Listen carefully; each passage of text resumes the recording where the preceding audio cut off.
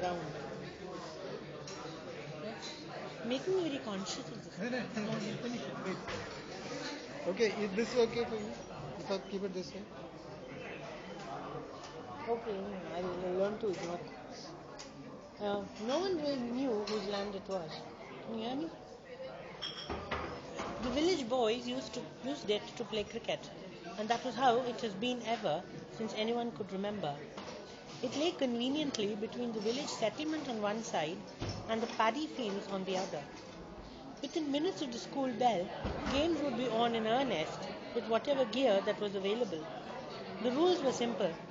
A shot that fell directly on a wall or just short of the fields was a six.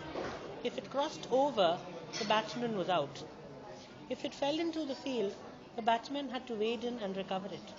If it went into a house, not only had he to recover it, but also forfeit his next turn and bat. These rules had been in place since eternity. Matches between school teams from several villages were held there. The home team would be under pressure to win with the whole village full of people there to watch. Loss was a terrible shame to be borne by the players who weak at school. His death was followed up by a bad performance in a test. The boy's sole wish would be for the earth to swallow him up. A win, however, was a matter of glory. Folk would crow about it for days, and six hitters were entitled to freebies from the sweet shop. Of course, those whose windows were shattered had other opinions. They were on the receiving side. Would-be sixers flushed into their wells. A bunch of muddy boys in brown school shirts would then arrive at the door and enjoy the next half hour splashing water over each other in the name of retrieving the ball.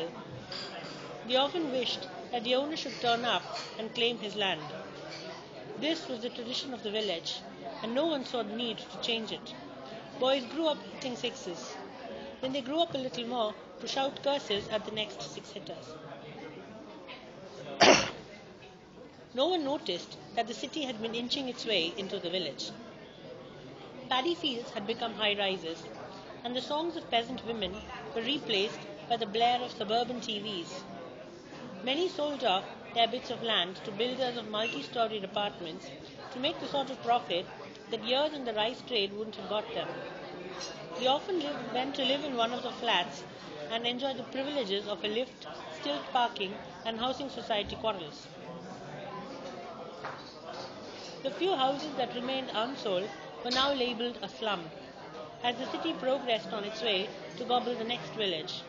The cricket ground remained unaffected and was still host to boys. Matches were still played among the neighbourhood teams, though the people to give them prestige had largely disappeared. Nevertheless, the joy of victory and the shame of defeat remained as sharp among the boys as it has always been among boys. No one saw when the builder's notice came up. A huge yellow board painted with gaudy images announced the construction of a 20-story tower with 4 BHK flats.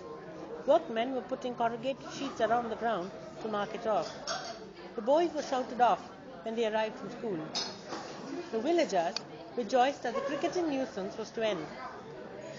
They refused to allow the boys' plea that they had nowhere else to go and play. They went to municipal schools that had little more than a crumbling schoolhouse to offer. All the recreation had been provided by the ground. Now that was gone, but so would be the sound of fragmenting glass. Corrugated sheets that block the view of open ground can have a tremendous influence on the mind. A flat with a view spread over several hectares and includes trees, rivers, and the horizon is the sort that comes at a premium. A corrugated sheet is an eyesore and a nasty foreteller of things to come. The grown men of the village suddenly discovered that they had been boys once. They had attempted sixers and then faced a twin humiliation from the house owner and ball owner. They met at each other's houses. Old matches were recollected and deeds of heroism recounted. Humiliations were lived down again. Each evening they saw the purple hues of the sky and the sickening yellow of the board against it. The village was going to die. There was little they could do about it. But the village cricket ground was something else. It wasn't just land, it was heritage. It belonged to the boys of the village, and theirs it must be forever. The standing notion was that nobody in the village actually owned that bit of land. The oldest person in the village was made to rack her brains and tell who the original owner was and where he had disappeared. It had once belonged to someone whose name she forgot, but that someone had emigrated at the time of the big flood. He had taken the title papers with him, and that was the last to be heard of him. Someone who was a little more nostalgic than the others retrieved the survey information.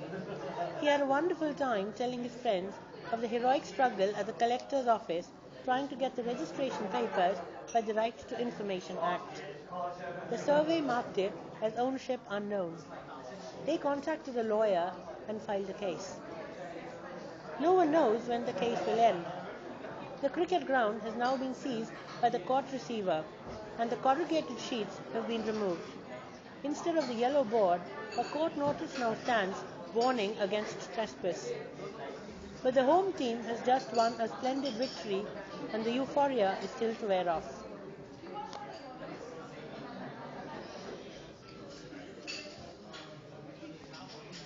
Not in.